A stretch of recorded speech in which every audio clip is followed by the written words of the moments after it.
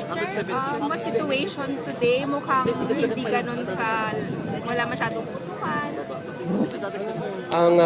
Our general situation today is that we continue our constriction of the enemy. This is a phase we call gradual constriction, wherein we limit the movements of an enemy in a certain area only. For operational concern, I cannot give you that area, but we are pressuring them through this gradual constriction and our calibrated military response for us to rescue as much as possible hostages or those residents who are trapped.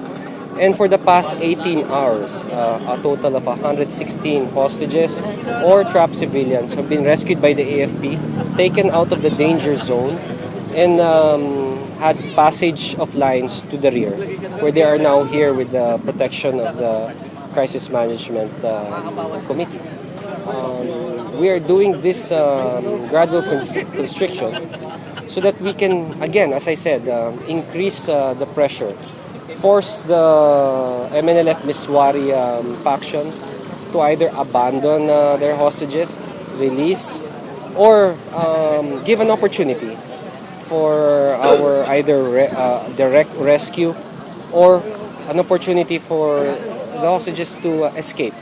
This pressure is very important in our operations, and it is the whole center of it.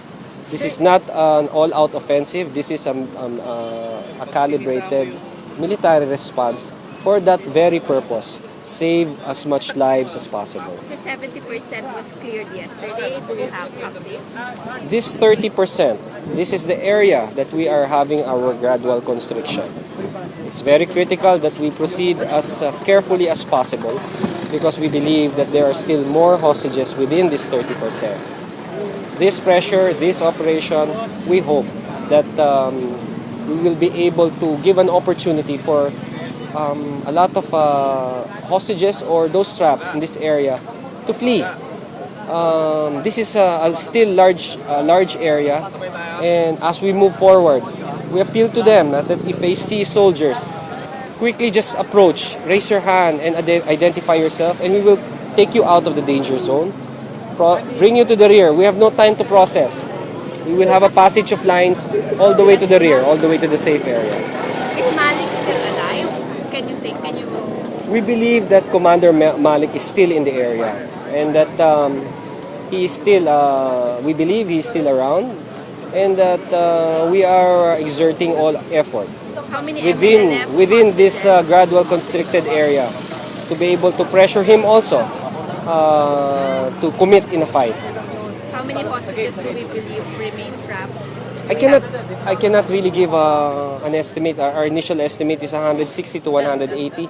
But again, these hostages and also civilians who are trapped are probably intertwined. So let us process them, let's find out, get more information. But we really believe that there are really still more hostages within this 30% that we are now constricting. And that there's about more or less 100 MNLF Miswari faction fighters still there. We also appeal to them. We can end this bloodshed, we can end this violence. There is honor in surrender. There is honor in surrender if you're going to save lives. Can we say if the end is near? What I can say is that we want to finish this the soonest possible time. If they choose to surrender, we will give them that option. All peaceful means, we're open to that.